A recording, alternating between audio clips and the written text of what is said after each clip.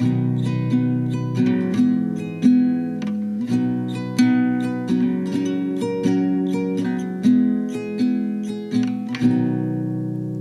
back to another episode of Growing Guelph. This is your host, Jordan Sloggett.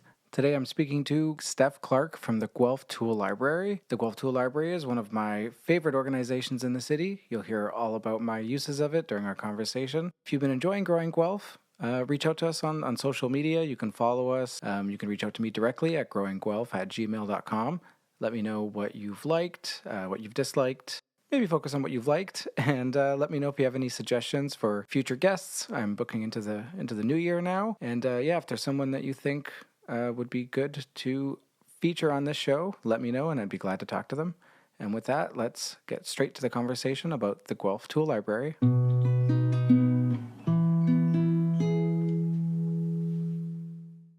Thank you so much for joining me today, Steph, to talk about the Guelph Tool Library. I know since I've returned to the city about 4 years ago, the Tool Library has been an inexhaustible resource for me as a new homeowner.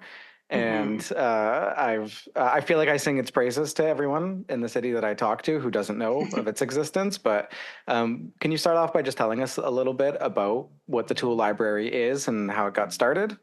Sure. It's a member-based lending library of different tools and resources for all kinds of things. Typically, when people think of tools, they think of power tools, things that you would find in your garage. But we expand quite broadly beyond that with tools for food preparation and preservation, party supplies, things like folding tables, chairs, popcorn machines, and cotton candy makers, fun things to enrich your life, along with those practical items like gardening tools, power tools, things for automotive repair, plumbing. And then the mix of the fun things like arts and crafts tools, tech tools, things like projectors and screens, even a set of party lights. So there's a lot of things that we have in the tool library that can be accessed with a membership.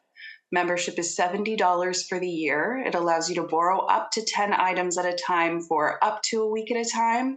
There are a few exceptions to that, things like our fermentation crock that you can borrow for a month because that's how long it takes to ferment something.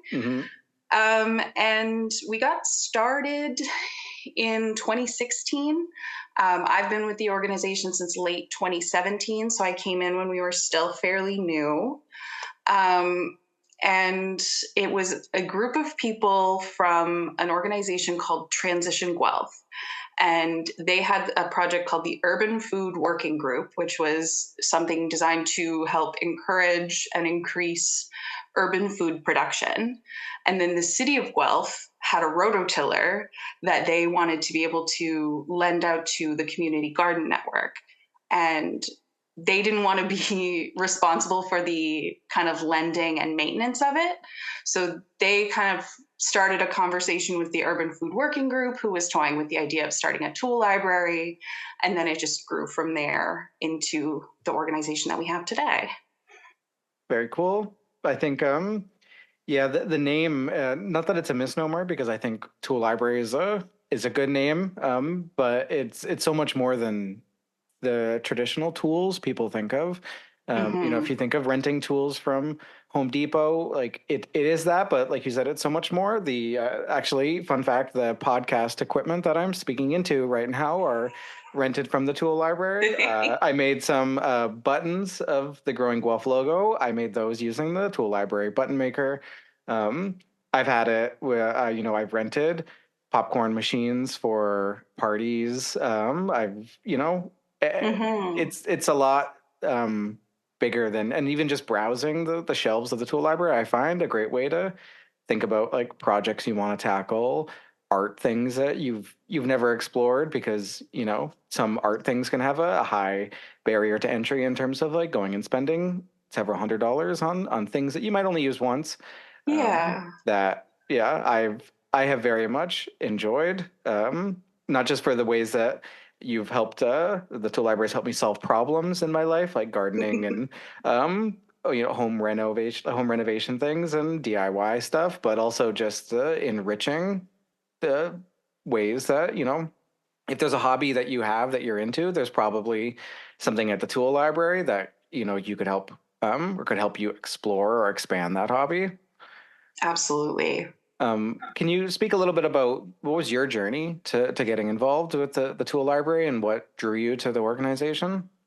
I started following the Tool Library on Facebook after I moved back to Guelph in 2017. And I saw that they were hiring for a position called the Job Creation Partnership, which has a very specific funding model where you had to have been recently laid off or recently on maternity leave. And I had been recently laid off. So I applied for that position. And a couple months later, after a few hiccups, ended up in what was supposed to be an 18-week work experience position. And now it's almost 7 years later, and I'm still there. I've been able to kind of keep maintaining my own job through applying for grants and getting different funding coming through to support them having somebody working in a full or part-time position to keep the tool library going. But I was just intrigued by the concept of a tool library. I lived in Hamilton where they had a tool library that closed, and I lived like right down the street from Tytler in the ward and thought, oh, maybe this would be a cool place to get involved. And then it ended up that I worked there and still work there almost 7 years later. Mm-hmm. I was drawn to their values. I was drawn to the concept of something that was volunteer led, something that ran on a nonprofit structure, and something that was aiming to contribute to a sense of community while also being an environmental and poverty reduction tool. Mm-hmm. I think that, well, that sense of growing community is why I thought the tool library would be an excellent episode for this podcast. Since I'm looking to speak to people who are people and organizations that are growing the Guelph community. And I guess we should actually mention the physical location of the tool library, where you're still at the Old Quebec Street Mall downtown. You were in one Yes. space, and now you've moved to a bigger space that I've seen, which is great. It's great seeing it kind of expand, and some of the shelves are not that it was cluttered before, but I think you had reached the maximum Yes. capacity of that space. So it's great to see, the whole cataloging and the library grow over time. Mm-hmm. Now, you had mentioned the community space. So the tool library, it's not just the tool library. You also host a number of events and programs and things like that. Is there anything specific to that that you'd like to speak to, or maybe anything people should know about that's upcoming? Assuming this episode is launched in sometime early mid-November.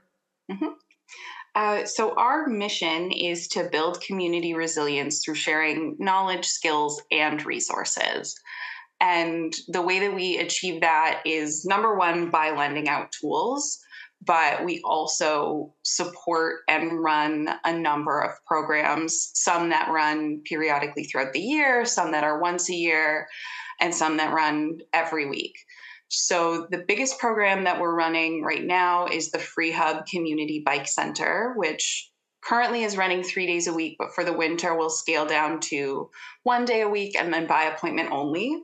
But basically, the way that that functions is if you're having an issue with your bicycle, you can bring it in and work with a number of volunteers who are really skilled in bike repair, and they can talk you through the issues and provide you with the tools, the resources, and even some materials that they sell at cost to help you repair your bike.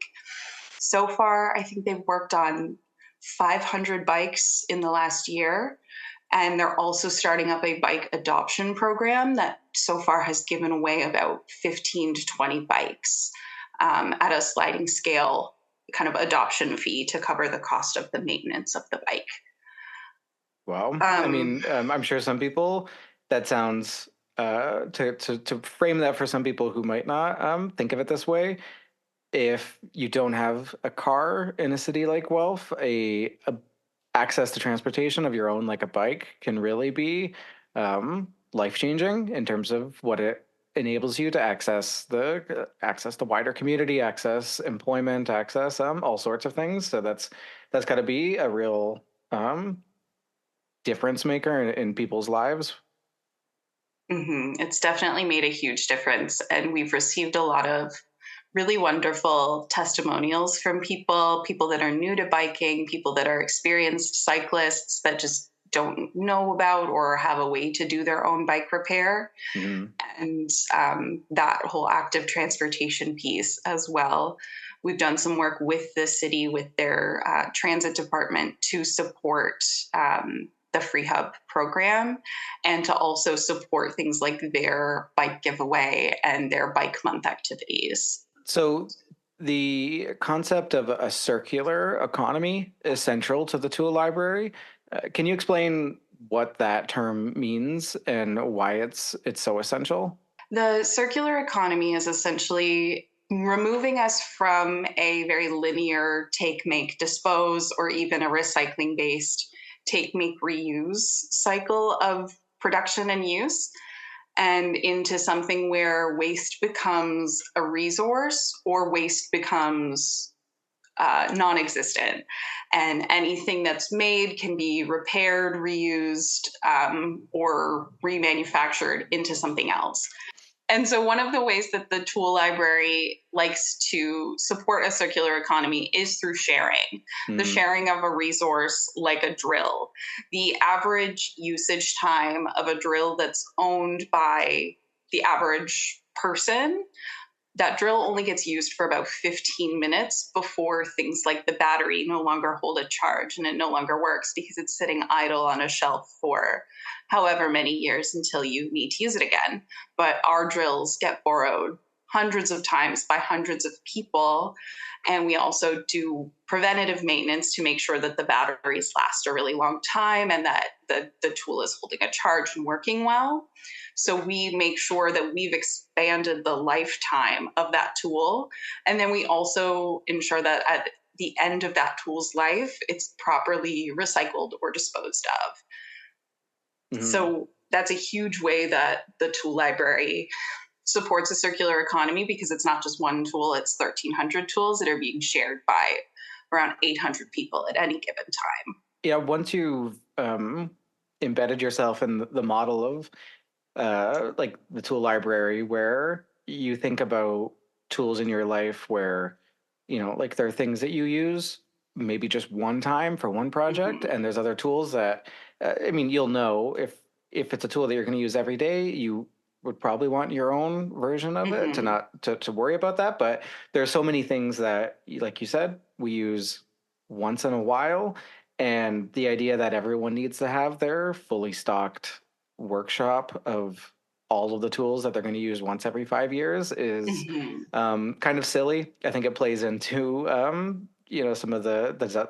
desires that capitalism and things like that really want to instill in us, and that like, well, you need more, more, more. But that just, I think that's completely at odds with the actual practicality of what the tools are for. For sure. In addition to lending tools, the library hosts events like the Skillshare event. That so you've talked about that a little bit. Mm-hmm. Could you tell us about? Are there any other things on the horizon, and that especially things that go back to the fostering of idea of a community that comes together to solve each other's problems? Mm-hmm. Right now, we have an ongoing program.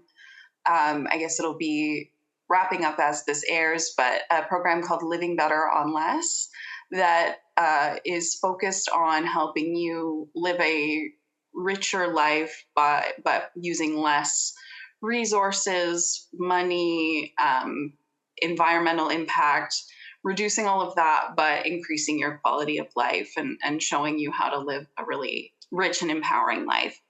But that this particular session is specifically geared towards seniors. It was supported by a grant through the Canadian government to help reach seniors for like a program that promotes education and social inclusion.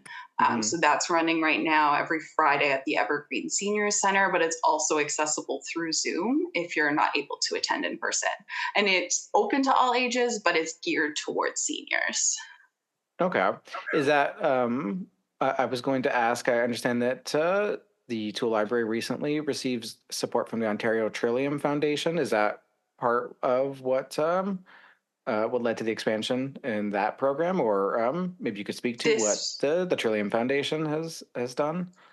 This particular program is separate from the recent funding from Trillium. Hmm. Our Trillium funding has supported our growth in our communications department and has also provided us with a capital grant that's helped outfit the new tool library space and the Free Hub Community Bike Center. That's great. I'm sure that with your tenure with the Tool Library, that you've come across, many stories daily about how it's impacted people in the community. Do you have any examples of how the Tool Library has impacted the community, particularly in promoting sustainability and reducing waste? Yeah, one of the programs that we started running in 2019 is this event called Repurpose Fest, where we partnered with or connected with 20 different community groups or third party recyclers that can put our unwanted goods either to reuse or to recycling that wouldn't typically be recyclable and would end up in landfill. So the first year that we ran it, we collected everything from expired car seats to unwanted Tupperware, and the car seats were recycled, and then the food storage containers were used by places like Royal City Mission and Stepping Stone for their meal programs. And with that, we've been able to take some of those programs and offer them full time. So now you can bring things like your empty coffee packaging, your used disposable razor blades and razors, your empty deodorant containers, your empty toothpaste tubes, and those can get recycled rather than going into landfill. That's great. I know. I forget the where I heard this from, but someone mentioned something about the idea that like every plastic toothbrush you've ever owned is still existing in the world. It's Mhm. still sitting in a landfill somewhere. And then, when you think about that, like these disposable objects that come through our lives, and even if we're only using them a few months or a few weeks or just one time, they Mhm. keep existing, and they take up physical space, and they sit in landfills and in places where they just become, I guess, a little locked up piece of plastic for Mhm. the next several thousand years. So that's good to hear. Do you accept used batteries at the tool library? We don't have the certification for battery recycling, but right across the hall from us at Rexall, they have a battery recycling bin that is through a program specifically designed for recycling batteries. No, that's good to know. I've every time I see it's a jar of used batteries in my basement, so I'll try to remember that the next time I'm heading to the tool library, that you have someplace nearby at the Rexall that's just across from the new location, right? At the Yes, right mall. across the hall. This isn't a question, it's more just a an anecdote about uh the fun things that happen when you're renting interesting things from the tool library, and then you find yourself, I have found myself in many cases walking through the mall, like back to my car or out the front, where I'm went in with nothing, and now I'm holding a like two-handed axe that I'm renting to chop wood when I go camping. And I find like, what's the least threatening way I can hold this axe as I make my way through the mall? Like, what's the Yeah. way that says least? Like, I'm an axe wielding person. Hmm. Yeah, the walking out with things like bolt cutters, axes, like bow saws. Mm, Um, we do think it always looks a little funny, but it also sparks questions and it encourages someone to go, where did they get that from? And mm, maybe they'll come down to the tool library and check it out and say, I just saw somebody leaving here with a lawnmower. What's yeah. that about? So I'm curious, what? the current or future plans are in terms of collaboration with the University of Guelph community. Um, Saying that because I was many years ago, I was a student at the University of Guelph, and I could imagine that a resource like the Tool Library, especially for people, maybe not in residence, but if they're living on their own in a student house with roommates for the first time or on their own, that they would have many uses for the Tool Library, not just for some of the party supplies that you could use, but also just for some Mhm. of the life things and for some of um, like exploring new hobbies, which is something students like to do. Has there been any success in making inroads with the student community? There's been some. We do have a number of members that are students or are former students who've now graduated. Mm, It can be hard to reach the university community because it is such a bubble within Guelph. yeah. And we've had a lot of really great connections at the university, mainly through the sustainability office. But unfortunately, the sustainability office closed this year, and that was Mm, our main kind of way in. We'd hosted a couple of repair cafes on campus. We'd come to some circular economy month events there, but the way it is right now, we're doing what we can to reach the student body. We're on CFRU a lot, and we're sometimes featured in the Ontarian, but it's a tough nut to crack. yeah, I guess that could be tricky. I remember being a student, especially in first year. You really live in a campus bubble, and even after first year, the bubble opened up to like I live near the mall, like the Stone Road Mall, so it's like the bubble widens a little bit, but Hmm. downtown Guelph was a place I saw on weekends, and I wish I had explored more of downtown during the day to find things like the Tool Library Hmm. and other things. So I guess just a shout out to the any students or faculty or anyone from the university. Don't be afraid to explore the rest of the city of Guelph. Downtown's not that far away, and there's a lot of great things happening here. For people who might be interested in getting involved, what are some ways to support the Tool Library as either a member or a volunteer or a donor? The best way to support us is to become a member, whether you think you'll use it once or twice in a year or you're going to be visiting us every week. That $70 membership fee is what keeps the lights on. It's what keeps us operating. It actually only covers about 15% of our operating costs, though. Wow. So everything else that we need to keep the tool library running comes from donations, sponsorships, and grants. We're aiming to increase our member base to 1,000 members over the next year and a half or so. But our goal by the end of this calendar year is to get to 850 members, which means selling 100 memberships in the next 2 months. Oh, those are lofty goals, but hopefully, initiatives like this podcast and that can get the word out. Yeah, it's almost even hard um, for me to pick a specific example where the tool library has helped me because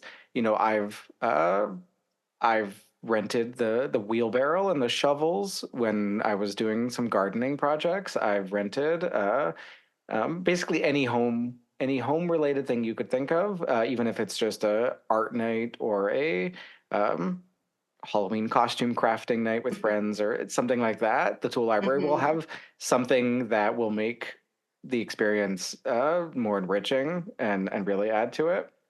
Do you have any personal experiences with? I assume you're. I guess I shouldn't assume, but I am assuming you're a user of the tool library. How has Yes. it enriched your life?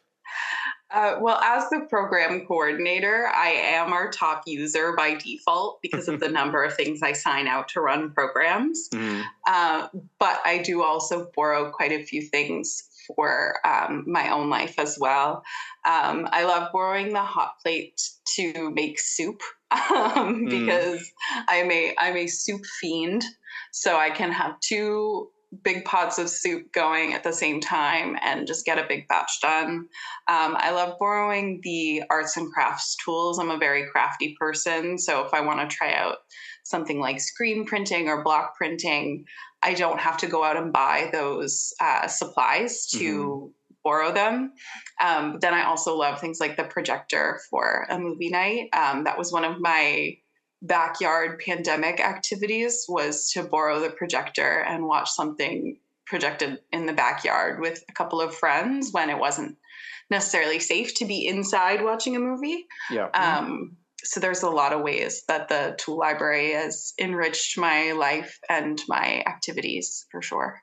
That's great. Well, we're certainly entering soup season, so yeah, I think the kitchen tools are such a big component of the tool library that you wouldn't maybe think of when you're first understanding and learning the concept. I know my wife and I have rented the pasta maker and made like fresh at home pasta for the first time.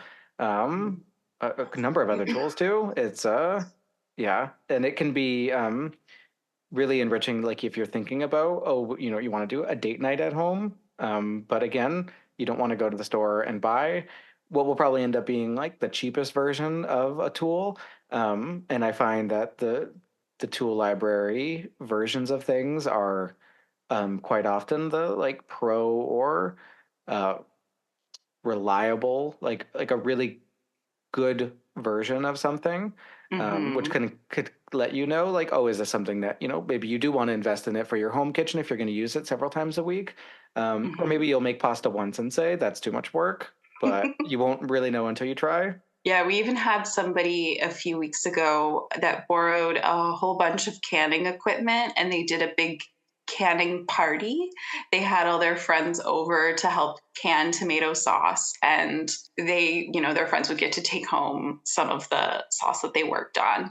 But I think the idea of like doing something that is rescuing or preserving food, but then is also this really social piece where their friends are learning a new skill maybe they'd Mhm. never canned before, and then they're getting to do something new and have a little takeaway but also have this fun time with their friends, which is a really great thing to hear about how the tool library was being utilized. That's very cool. I don't have anything that inspiring, and the coolest thing I've used it for is probably it wouldn't fall under food preservation, but I guess destruction, because I rented a bunch of supplies to do a pumpkin carving party in my backyard area.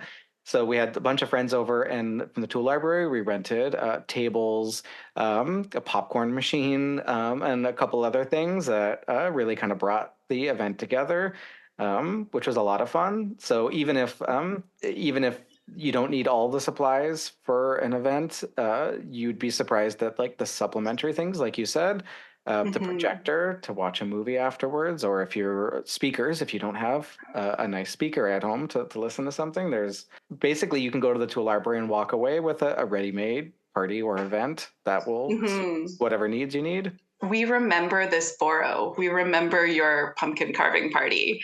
And I actually still mention it to other members when they say, what's the strangest like combination of tools?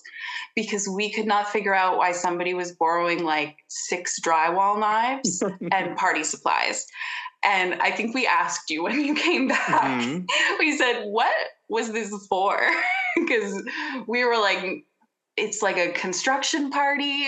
What's going on here? And so I'm glad you brought that up, because I was like, I'm 99% sure this was our pumpkin carving mystery. Um, Oh, that's funny. but I love Uh, hearing the unique things that people do with our tools. Yeah, I guess unexpected tip is that drywall knives do make good pumpkin carving tools, especially for some of the lid and some of the bigger cuts. Mm-hmm. Yeah, I think well, I'm happy to contribute to some of the lore of the interesting things people do with the tool library. And I'm sure there's far more interesting things that you don't even find out about because people just pick up the stuff and then drop it off and don't it doesn't what they get doesn't necessarily tell the same story. Mm-hmm. Um, So, is there anything else like looking ahead that you want to speak about like the future of the tool library? Right now, the horizon is pretty much the programs that we have in our calendar. So things like our Stitch Together program, which is a social night twice a month for mending your clothing. We'll have a repair cafe coming up in early December with the exact date to be announced, but definitely keep an eye on our calendar on our website. And if you're not already following us on social media, we're at G Tool Library on Instagram and Threads. We made the jump from X to Threads. And we're on Facebook just as Guelph Tool Library. And we post as much as we can there about our upcoming collaborations, events, programs, any changes to our hours and operations. And another thing that you can do is subscribe to our newsletter, which comes out once a month. And you can do that through sending us an email, or if you're already a member, we subscribe you right away. That's great. I'll include some of the links for those in the show notes if people are interested. And yeah, I encourage people to check it out. The Tool Library is um, everyone there that I've ever talked to or interacted with has just been so positive and happy to be there and happy to help with, like, even if they don't know, if they can't answer your questions exactly, they're eager to help and eager to collaborate with you. And if getting that, like, just a little bit of reassurance, especially if you're trying to tackle a project or do something you've never done before, I've always found it to be a place that sort of fosters that, like, well, I'm going to try this and I'll let you know how it goes. And I do feel people are earnestly saying that, like, they want to know how did it go and they want to know the story. And it's not just okay, out the door, on to the next person, which, yeah, I've always appreciated. Yeah, we're always very curious about what people have done with their tools and what the success is. And obviously, another reason behind that question is for the maintenance of our tools. Mhm. We want to ensure that it did what you were expecting it to do. And if it didn't, what can we do to make that tool better? Like, is there a blade that needs replacing or sharpening? Is there a cord that needs replacing? We keep everything in a maintenance log. And then once a week, we have these really great volunteers that come in after hours and they fix our tools so that we don't have to throw away something just because it's maybe not working right. We take it apart, we see what needs to be done, and we fix it. So it's another way that we contribute to that circular economy piece. And it's a great way to keep our tools in circulation for longer. That's great. I'm sure there's at least one listener who is excited at the prospect of just getting to go in and solve tool problems because they've already solved all their own tool problems. So if you're that listener, you know who you are. Go volunteer at the tool library because you'll get to go do that for a concentrated period of time, and you don't have to make your own house messy or tear something apart to do it. Well, Steph, I really appreciated you sitting down to talk to me for this, and I am. You can tell I'm a fan, but yeah, I'll continue to be a fan. I'll continue to support the tool library. Actually, one quick question that I don't think we talked about. When I first signed up, there was the opportunity to pay a higher membership fee that paid a membership for someone else, which I thought at the time, oh, that's great. I'd be happy to pay a little bit more. It's already such a good value. Is that program still happening? Yes. So we call it Lend a Wing. It's our version of Lend a Hand because our mascot is a little crow. And Lend a Wing memberships allow you to pay a higher price of $90 for the year. And that additional money goes to subsidizing the cost of a membership for a community member that's facing financial barriers. We recently changed some of the criteria for receiving a Lend a Wing membership, but basically you just have to email us and we'll go through that criteria together to make sure that you're a good candidate for borrowing and that you're suitable for the Lend a Wing subsidy. There's no specific financial requirement or anything to receive a subsidized membership, but there's just a few questions that we need to go over. And it's a great way for folks that maybe that $70 is a big barrier Hmm. to receive a membership that can help enrich their life and increase their access to things for cooking, repair, fun, creativity, and all that good stuff that we foster.